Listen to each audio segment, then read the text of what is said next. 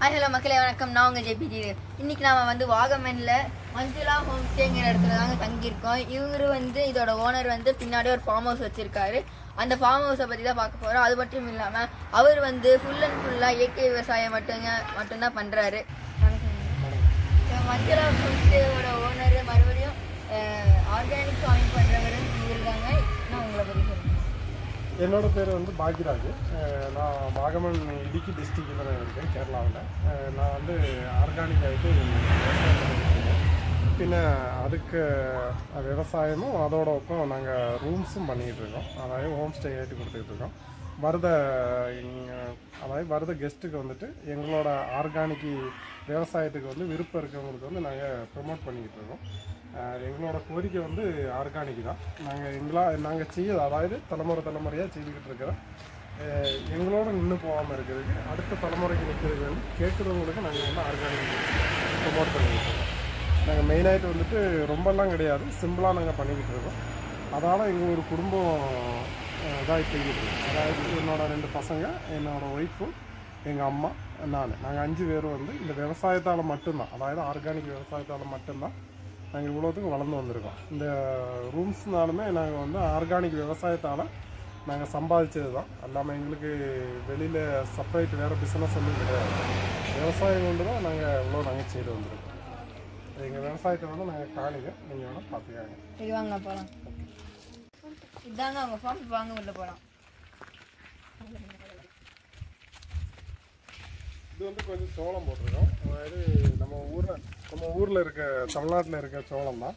இது வந்து சுவிச்சோளம்னு சொல்லுவோம்ல, அது வந்துட்டு இங்கே வர்ற கெஸ்ட்டுகளுக்கும் பின்ன வந்துட்டு இங்கே வர்ற விசிட் வந்தவங்களுக்கு வந்து இந்த இதை வந்து நாங்கள் வேக வச்சு அவங்களுக்கு சாப்பிட்றது கொடுக்கும். இது ஒரு பிஸ்னஸ். அதாவது விவசாயம் ஏன் லாபம்னு சொன்னால் மார்க்கெட்டிங்கும் நாங்கள் தான் பண்ணிக்கிட்டு இருக்கோம். அப்போ நம்ம இங்கே வர்ற கெஸ்ட்டுகளுக்கு இங்கே விளையிற சாதனங்களை இங்கே நாங்கள் சமைச்சு கொடுத்துருக்கோம். அதான் எங்களோட மெயின் இதில் கிடைக்க லாபம். இது வந்துட்டு நம்ம இங்கே வருதவங்களுக்கு வந்து பச்சை மிளகு, அதாவது நம்ம சமைக்கிறதுக்கு மட்டும் பின்ன கத்திரிக்காய். இது வந்து இங்கே கேரளாவில் சொல்லுவோம் வடுதலைங்கான்னு சொல்லுவாங்க, பெரிய கத்திரிக்காய். இது எல்லாமே ஆர்கானிக்காக தான் நாங்கள் செய்துக்கிட்டு இருக்கோம்.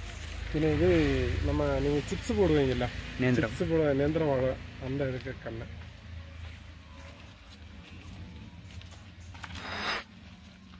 இது வந்து மிளகு கொடி, குருமிளகுன்னு நம்ம சொல்லுதாண்டா, குருமிளகு. ஆமாம், அது. இது வந்துட்டு நம்ம சித்திரத்தைன்னு சொல்லுவோம், சித்திரத்தை. ஆமாம், இது தண்ணி போட்டு குடிக்கிறதுக்கெல்லாம் நல்லது. இதுக்கு வேறு தான் நாங்கள் தண்ணி போட்டு குடிக்கிறது. ஓகேண்ணா. பாக்கி இதுங்கிட்ட பூராமே மிளகு தான். அத்தர் அப்படிங்கிறத வந்து சென்ட்லலாம் யூஸ் பண்ணுவாங்க. அதோட மரம் வந்து இங்கே இருக்காம, வாங்க அதை போய் பார்க்கலாம்.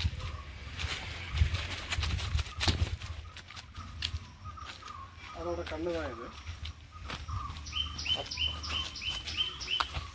இது வந்து அத்தரோட கண்ணு. இது வந்து கொஞ்சம் வச்சுருக்கோம். இது இப்போ வந்துட்டு ஒரு இங்கே பிடிக்குமான்னு சொல்லி பார்க்கறதுக்கு ஒரு பரீட்சணம் நடத்தி பார்த்தோம். இது நல்லாவே இங்கே பிடிக்கும். இது கூட நாங்கள் செய்யலான்னு ஒரு பிளானிங் உண்டு. இது வந்து ஃபேஷன் ஃப்ரூட்டு. இது வந்துட்டு நமக்கு இது ஒரு ஃப்ரூட்ஸு. இது வந்து நமக்கு கவுண்டு, இது சாப்பிட்டோம்னா கவுண்டு நல்லா இருக்கும். அதாவது கவுண்டு குறைஞ்சவங்க வந்து இது சாப்பிட்டாங்கன்னா பிளட் கவுண்டு வந்து நம்ம கண்ட்ரோல் பண்ணும். Very good. இது வந்து இங்கே வந்து விவசாயம் நாங்கள் பண்ணிக்கிட்டு தான் இருக்கோம். இது நீங்கள் சாப்பிட்டு பார்த்துட்டு அதுக்குள்ள டேஸ்ட்டு எல்லாமே நல்லா இருக்கும். இது வீட்டுக்கு தேவையான எல்லா காய்கறியுமே நம்ம இங்கே செய்துக்கிட்டு இருக்கோம். இங்கே வந்து கம்ப்ளீட்டு கல்லுகாடு. இதுக்கு வந்து நாங்கள் க்ரோபேக்னு இதில் இல்லாமல் தான் நாங்கள் செய்துக்கிட்டு இருக்கிறது. இது வந்து காப்பி தானே 3 வெரைட்டி உண்டு. இது நாரங்காப்பின்னு சொல்லுவாங்க, இது ரோபஸ்டா, പിന്നെ அரபின்னு சொல்லுவது வந்து அந்த சைடு நெய். இப்படி 4 ஐட்டம் உண்டு. காப்பிலே 4 ஐட்டம் உண்டு. இது இது இப்போ காப்பி கொட்டை வந்து இப்போ பூ வந்து சின்ன காய் ஆகி வர்றது தான் உண்டு. இது ஒரு வெரைட்டி, அது ஒரு. ஆமாம், இது ஒரு வெரைட்டி.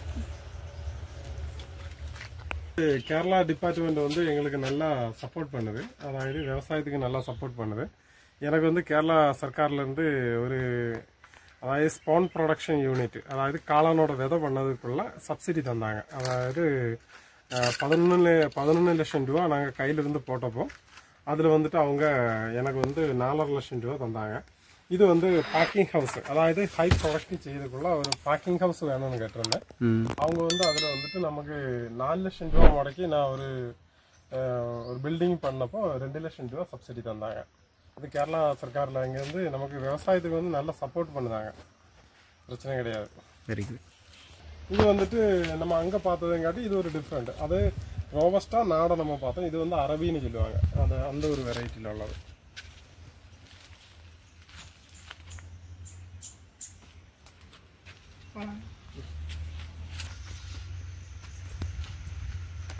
இது வந்து நாங்கள் இங்கே வந்து ஃபோலி ஹவுஸ்ன்னு சொல்லுவோம். அதாவது மழைக்காலங்களில் வந்து நம்ம விவசாயம் இங்கே ரொம்ப அதிகமாக மழை பெஞ்சிச்சுன்னு சொன்னால், 6 மாதம் மழை வந்துச்சுன்னு சொன்னால் நமக்கு விவசாயம் பார்க்க முடியாது. அது வந்து கேரளா டிபார்ட்மெண்ட்டு நான் இப்படி சொல்லுதோம்னு சொல்லி நீங்கள் தப்பாக நினைக்கின்றா, நம்ம விவசாயத்துக்கு வந்து இவங்க வந்து நல்ல சப்போர்ட் பண்ணுதாங்க. அப்போ அவங்க வந்துட்டு இதுக்கு வந்து இந்த ஒரு அதாவது 3 சென்டில் நம்ம ஒரு டென்ட் போடுறதுக்கு அவங்க 80,000 ரூபா சப்சிடி தராங்க.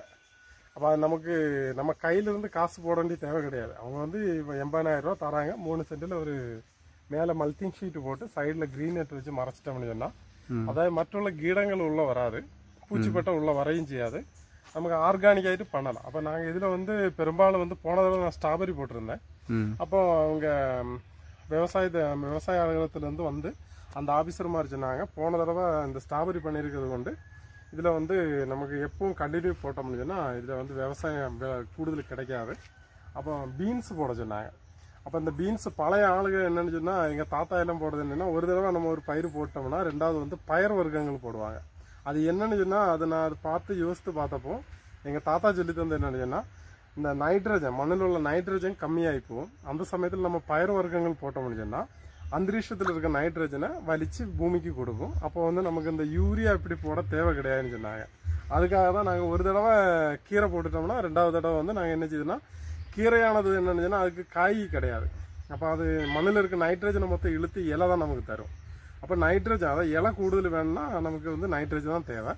அடுத்த தடவை வந்து நாங்கள் கீரை போட்டுருவோம். கோவிஸ் கீரை, கெயிலி, லெட்டிஸு இப்படி உள்ள ஐட்டங்கள் போடுவோம்.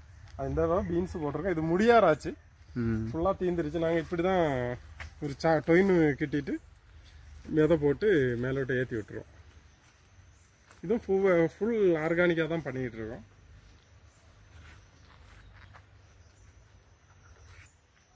இதுக்கு வந்து நம்ம ஒரு விதை போட்டு ஒரு 5-10 நாள் 3 இலை எடுத்துருச்சுன்னு சொன்னால், முதல்ல வந்து நாங்கள் 1 லிட்டரு பால் 10 லிட்டர் தண்ணியில் கலந்து ஸ்ப்ரே பண்ணி கொடுப்போம். அதுக்கப்புறம் வந்துட்டு நாங்கள் மண்ணில் வந்துட்டு அதை மண்ணுக்கு உரமாயிட்டு, அதாவது நம்ம மணிச்சத்து அப்படின்னு சொல்லி நம்ம சொல்லுதோம்டா, அதுக்கு வந்து நாங்கள் 1 லிட்டர் தயிர் ஒரு தேங்காய் மிக்சியில் அடிச்சுட்டு 6 நாள் புளிக்க வச்சு 20 லிட்டர் தண்ணியில் கலந்து மூட்டுக்கு ஊற்றிடுவோம். பின்ன வந்துட்டு ஃபிஷ் அமினோ ஆசிட் மத்தி, அதாவது மத்தி மீன் சொல்லுவாங்க, மத்தி மீன் சர்க்கரையும் போட்டு 21 நாள் அதை புளிக்க வச்சுட்டு 21 நாள் கழிஞ்சு அது வந்து 1 லிட்டர் தண்ணிக்கு 3 மில்லி வச்சு நாங்கள் ஸ்ப்ரே பண்ணி கொடுக்கோம். இதுதான், அதாவது தேனீச்சை வந்து நல்லா வரும், பராகணம் நல்லா நடக்குது. பின்ன நாங்கள் பஞ்சகவியம், ஜீவாமிர்தம், வெர்லி கம்போஸ்ட் லிக்விடு, பின்ன மண்ணிர கம்போஸ்ட்டு, பின்ன வந்துட்டு 5 இலை கஷாயம், 10 இலை கஷாயம், இது எல்லாமே நாங்கள் இங்கே தான் மொத்தம் ப்ராசஸிங் நடத்தி நாங்கள் செய்துக்கிட்டு இருக்கோம். இந்த காளானோட நம்ம வேஸ்ட் எல்லாம் கொண்டு எடுத்து போட்டிருக்கோம். போட்டுட்டு வந்துட்டு அது வந்து இது மக்கி போயிருக்குன்னு சொன்னால் இதுதான் எங்களோட உரம். அதாவது இந்த காளானோட வைக்கோல் இதை வந்து நம்ம இப்படி போட்டு நாங்கள் கம்போஸ்ட் ஆக்கிக்கிட்டு இருக்கோம். இது வந்துட்டு ஃபுல்லாகிட்டு வந்து பவுடர் ஆகிடும். இதுதான் நாங்கள் வந்து உரமாக போட்டுக்கிட்டு இருக்கோம். இதுதான் எங்களோட மெயின் உரம். அல்லாமல் நம்ம கெமிக்கல் இதில் யூஸ் பண்ணது கிடையாது.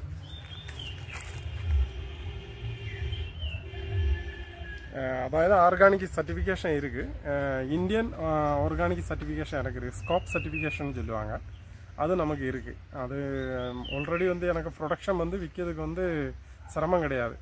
அப்போ விவசாயிகள் எல்லோரும் வந்து ஆர்கானிக்கில் வரணும், நீங்களும் ஆர்கானிக் பண்ணணும். அது நீங்கள் வீட்டில் பண்ணதும் நீங்கள் ஆர்கானிக்காகிட்டு பண்ணுங்கள். பண்ணினீங்கன்னா இதுக்குள்ள டிஃப்ரெண்ட் உங்களுக்கு புரியும். அதுக்குன்னு சொல்லி நீங்கள் 10 ஏக்கர் வச்சுருக்கவங்க ஃபுல்லாக ஆர்கானிக் வர சொல்லலை. நான் முதல்ல வந்து நீங்கள் ஒரு 6 மாதம் வந்து ஒரு 10 சென்ட் நீங்கள் செய்து பாருங்கள். இது ரெண்டுக்குள்ள டிஃப்ரெண்ட் என்னென்னு தெரியும். இது பழைய ஆளுக விவசாயம் பண்ணிக்கிட்டு இருக்க அந்த ஒரு இது நீங்கள் கடைப்பிடிச்சிங்கன்னு சொன்னாலே ஆர்கானிக் விவசாயம் நல்லா தான் வரும். ஆமாம். அதுக்கு நான் கான்ஃபிடண்டாக சொல்லுவேன். நீங்கள் வந்து பார்த்தீங்களா, சாதாரண எல்லாரும் சொல்லுதாங்க விவசாயம் லாஸாக போகுதுன்னு. எனக்கு இவ்வளோ இடம் தான் இருக்குது, ஃபுல்லாகவே பாறை. இந்த 42 சென்ட் இடத்த வச்சு நான் வந்து இப்போ இந்த கீழே பண்ணியிருக்க அந்த 2 பில்டிங்கு ஃபுல்லாகவே இந்த விவசாயத்திலிருந்து கிடைச்சது தான். எனக்கு எல்லாம் வேற சம்பாத்தியம் ஒன்றும் கிடையாது. அதுலயும்னா நீங்க அந்த பில்டிங்கை கட்டி இதையும் வந்து எல்லாத்தையும் தோண்டி எடுத்து போட்டு இங்கேயும் பில்டிங் கட்டி நீங்க வாடகைக்கு விட்டீங்கன்னா இன்னும் அதிகமா சம்பாதிக்கலாம். ஆனா நீங்க அளவா வீடு கட்டி அளவா வாடகைக்கு விட்டு மத்த எல்லாம் முற்றிலும் கிட்டத்தட்ட ஒரு 75% இடத்துல நீங்க இவ்வளவு ஆர்கானிக் விவசாயம் பண்றீங்க பாருங்க. நீங்க விவசாயத்தை எவ்வளவு லவ் பண்றீங்க, அது ஆர்கானிக்கா இருக்கணுங்கிறது நீங்க எவ்வளவு நேசிக்கிறீங்கன்னு எங்களுக்கு புரியுதுங்கன்னா. நாங்க வந்து சும்மா உங்க ரூம்ல ஒரு தங்க தான் வந்தோம். ஆனா நீங்க இதெல்லாம் பார்க்கும்போது எங்களுக்கு அவ்வளவு ஆச்சரியமா இருக்கு. இதுல கொஞ்சம் டிஃப்ரெண்ட் என்னன்னு நம்ம வந்து மண்ணுல வந்து இப்ப எல்லாருமே நினைக்கிறது என்னன்னு முதல்ல வந்து இப்ப நான் என் தங்கச்சி வந்து ஊர்ல தான் திருநெல்வேலியில தான் இருக்காங்க. அவங்க எங்கிட்ட சொல்லுது, ஆனா நீ ஒரு விதை போடும் போதே முதல்ல டிஓபி போடு, டிஓபி மிக்ஸ் பண்ணிட்டு மண்ணுல டிஓபி மிக்ஸ் பண்ணிட்டு அதுக்கப்புறம் நீ விதை போட்டனா நல்லா வரும். நான் அவங்களுக்கு நான் சொல்லுது என்னன்னா, நீங்க டிஓபி போடலாம், நான் அதுக்கு எதிர் கிடையாது, கெமிக்கலுக்கு நான் எதிர் கிடையாது. டிஓபி நீங்க போட்டுட்டீங்கன்னா ஒரு தடவை போடும்போது நல்ல விளவு கிடைக்கும். அதாவது ஒரு ஏக்கருக்கு வந்து நீங்க ஒரு 5 சாக்கு நீங்க போடுவீங்க, மறு வருஷம் நீங்க வேணா அது நீங்க ஒரு புக்கில் குறிச்சு வச்சுக்காங்க. மறு வருஷம் வந்து இந்த 5 சாக்குங்க 10 சாக்கு போட்டாதான் வரும். ஆமா, அது வந்து ஒரு 3 வருஷம் கண்டினியூவா நீங்க போடும்போது வேற உரம் போடணும். யூரியா, பொட்டாசியம், பாக்டம்போஸ், நீங்க டிஓபி இதெல்லாம் போட்டு முடியும் போது மண்ணு வந்து செத்து போயிடும். மண்ணு வந்து செத்து போயிடும். அதுல வந்துட்டு என்னன்னா உங்களுக்கு பின்ன விளவு மணலாய்ப்பு பின்ன அதுல ஒண்ணுமே விளையாது. ஃபர்ஸ்ட் நம்ம வந்து பழைய ஆளுங்க என்ன செய்துக்கிட்டு இருந்தா மாட்டு சாணகம், ஆட்டு புழுக்க இப்படி போட்டுக்கிட்டு இருந்தாங்க. பின்ன கோழி காஷ்டம் இப்படி போட்டுக்கிட்டு இருந்தாங்க. அதுக்கு வந்து உங்களுக்கு ரொம்ப கிடைக்காது, ஆனா கிடைக்கிறது லிமிட்டா எப்பவும் கிடைச்சிக்கிட்டே இருக்கும். என்னைக்கு நம்ம வந்து நாட்டு விதையை விட்டுட்டு நம்ம வந்து ஹைபிரிடுக்கு போனோமோ அதோட நம்ம செத்து போச்சு. இப்ப வந்து நீங்க வந்து மீண்டும் வரணும்னு தான் என்னோட கோரிக்கை. நான் இது வந்து நான் பழைய அந்த எங்க தாத்தா தமிழ், நானும் தமிழ் தான், நாங்க அதை கடைபிடிச்சுக்கிட்டு இருக்கோம். நம்ம மக்களை எல்லாரும் கடைபிடிக்கணும் என்னோட கோரிக்கை. ரொம்ப ரொம்ப சந்தோஷங்கண்ணா. இவ்வளவு ஏதாவது டவுட் இருக்குன்னா நான் உங்க நம்பர் போடுறேங்கன்னா என்ன காம்போசிஷன், எவ்வளவு ரேஷியோ, எப்படி போடணும்னு ஒரு ஐடியா கொடுத்தீங்கன்னா நிறைய பேர் இப்ப வீட்டு மாடியிலே தோட்டம் வளர்க்குறாங்க விமென்ஸ். இப்ப நானும் நம்ம வீட்டுல பண்ணலான் இருக்கோம். அப்ப எங்களுக்கெல்லாம் கொஞ்சம் கொஞ்சம் ஹெல்ப் பண்ணீங்கன்னாவே அட்லீஸ்ட் நாங்க ஆர்கானிக்கா வீட்டுல எங்களுக்கு அளவாவது ஃபர்ஸ்ட் விளைவிக்கிறோம். அப்புறம் நாங்க தோட்டம் ஆர்கானிக்ல நீங்க அது ஒரு சிம்பிளா வீடியோ நீண்டு போகணும்னு தோணுது. ஃபர்ஸ்ட் அதை நான் சிம்பிளாவே சொல்லிடுறேன். நீங்க ஆர்கானிக் பண்ணதோன்னு சொல்லிட்டு அந்த ஆர்கானிக்கான உரங்கள் வந்து வெளியில வாங்காதங்க. மெயின் ஆயிட்டு வீட்டுல நீங்களே செய்யணும். இப்போ ஒரு சின்ன ஒரு டிப்னு சொல்லிக்கலாம். நான் முதல்ல என்ன சொல்லியிருந்தேன், உங்களுக்கு ஒரு செடி வளரணும்னா 1 லிட்டர் பால், 10 லிட்டர் தண்ணி, அவ்வளவுதான். அதுக்கு ஸ்ப்ரே பண்ணிருங்க. அது என்னோட கோரிக்கை என்னன்னு சொன்னா, இது தமிழ்நாட்டுல ஒரு சாரை வந்து இதுக்கு வேண்டி ரொம்ப ஆர்குமெண்ட் பண்ணிக்கிட்டு இருக்காரு. அதாவது இவ்வளவுதான். நம்ம முடியாம போகும்போதேக்கு ஹாஸ்பிட்டலுக்கு போனோம்னா முதல்ல ட்ரீட்மெண்ட் எடுக்க மாட்டாங்க. நம்ம முடியாம போனோம்னா முதல்ல நமக்கு குளுக்கோஸ் தான் கொடுப்பாங்க. இதே ட்ரீட்மெண்ட் தான். ஒரு செடி மோசமா இருக்க செடிக்கு நீங்க முதல்ல குளுக்கோஸ் கொடுங்க, பாலை நீங்க ஸ்ப்ரே பண்ணுங்க, ஆக்டிவ் ஆகி கழிஞ்சிட்டு நீங்க அதுக்கு உரத்தை கொடுங்க. அல்லாம நீங்க வந்து டிஃப்ரெண்டா சிந்திக்காதங்க. அது கழிஞ்சிட்டு உங்களுக்கு வந்து ஒரு பூச்சிப்பட்டம் வருதுன்னு சொல்லி கேஞ்சா அது எப்படி வராம தடுக்கலாம்னு சொன்னா அதுக்கு நீங்க தடுப்பு வேலியே போடுங்க. பழைய காலத்துல நம்ம என்ன செய்தோம்னு சொன்னா இல்ல அதான் நம்ம தப்பு. முதல்ல வந்து என்ன சொன்னா நடுக்கு வந்து பயிர் இருந்துச்சுன்னா சைடுல வந்து சோளம் போடுவோம். மக்காச்சோளம், மணிச்சோளம், ராகி இப்படி நம்ம போடுவோமா இருந்து. பின்ன வந்து செம்பருத்தியில பெந்தி மஞ்ச பூக்கு இல்ல நம்ம மாலை கட்டது செவந்தி மாலை, நீங்க அது சைடுல பார்டர் கொடுப்போமா இருந்து. அப்ப இது வந்து மஞ்சை வந்து ஆகர்ஷிக்கும், தேனீச்சை வந்து அது ஆகர்ஷிக்கும். அப்ப கொஞ்சம் வந்து நமக்கு இதுல வந்து இது கீட ஆக்கிரமணம் கம்மியா இருக்கும். அப்படி கொஞ்சம் டிஃப்ரெண்டா. பின்ன உங்க தோட்டத்துல கிடைக்கிற இலைகளை வச்சு 5 இலை கஷாயம் பண்ணுங்க. இப்போ வேப்பலை அங்க நிறைய கிடைக்கும். ஆமா, வேப்பலை ஒரு 5 கிலோ எடுத்துக்காங்க, எல்லாம் 1 கிலோ வேப்பலை எடுத்துக்காங்க. பின்ன மற்றுள்ள பச்சலை ஒடிச்சா பால் வரக்கூடாது. அதாவது ஒரு இலையை பறிச்சுட்டு இப்படி ஒடிக்கல அதுல பால் வரக்கூடாது. அப்படியேப்பட்ட இலைகளை நீங்க ஒரு 5 இலையை எடுத்துக்காங்க. மாட்டு சாணம் கோமியம் கிடைச்சிச்சுன்னா அது ஒரு 5 லிட்டர் போட்டு வச்சுட்டீங்கன்னா உங்களுக்கு 5 இலை கஷாயம் அதை நீங்க ஸ்ப்ரே பண்ணி கொடுங்க. இதுதான் ஆர்கானிக். அல்லாம வந்துட்டு நீங்க ஆர்கானிக் உரம் கிடைக்கி அல்ல எனக்கு ஆர்கானிக் மருந்து கிடைக்குன்னு அடிச்சீங்கன்னா அது வித்தியாசம். நாமளே வீட்ல ஆர்கானிக்காவே நீங்களே செய்யணும். நீங்க டவுட் இருந்தா கால் பண்ணுங்க, நான் என்ன வேணாலும் நான் சொல்லி தரேன். எனக்கு தெரிஞ்சதை நான் சொல்லி தரேன். சரி. இங்கே பார்த்தீங்கன்னா இங்கே ஒரு 2-3 பைனாப்பிள் செடி வச்சுருக்காங்க. இப்போ தாங்க இது குட்டி குட்டியாக வருது. இது வரைக்கும் இதாங்க ஃபஸ்ட் டைம் நான் இவ்வளோ பக்கத்தில் பார்க்குறேன். இங்கே பாருங்களேன், இங்கே வந்து 2 பலாப்பழம் மேலே தொங்கிட்டு இருக்கு. இதுதாங்க பலாப்பழம் மரம். இங்கே இருக்க ஹோம் ஸ்டே வந்து சூப்பராக இருக்குங்க. வெளியிலையும் இடம் செமையாக இருந்துச்சு, உள்ளேயும் எல்லாம் க்ளீனாக வச்சுருந்தாங்க. இங்கேருந்து பார்க்குறதுக்கு நைட்டில் ஹில் வியூ எல்லாம் சூப்பராக இருந்துச்சுங்க. நீங்களும் வாகவன் வந்தீங்கன்னா இங்கே வந்து தங்கி பாருங்க. ஏன்னா இங்கே ரேட் வந்து ரீசனபிளாக இருந்துச்சுங்க. எப்படி காளான் வளர்த்துறது, அதோட விதைகளை உற்பத்தி பண்ணுறது அப்படிங்கிறத இவர் வந்து டீட்டெயிலாக சொல்லியிருக்காரு. அதை வந்து இன்னொரு பார்ட்டில் நான் உங்களுக்கு சொல்கிறேன். அவ்வளோதாங்க. இப்போ நம்ம வீடியோவுக்கு எண்டுக்கு வந்தாச்சு. இந்த வீடியோவில் பிடிச்சிருந்தா லைக், கமெண்ட், ஷேர் பண்ணிவிட்டு சப்ஸ்கிரைப் பண்ணிவிட்டு பக்கத்தில் இருக்க பெல் ஐக்கானை கிளிக் பண்ணிடுங்க.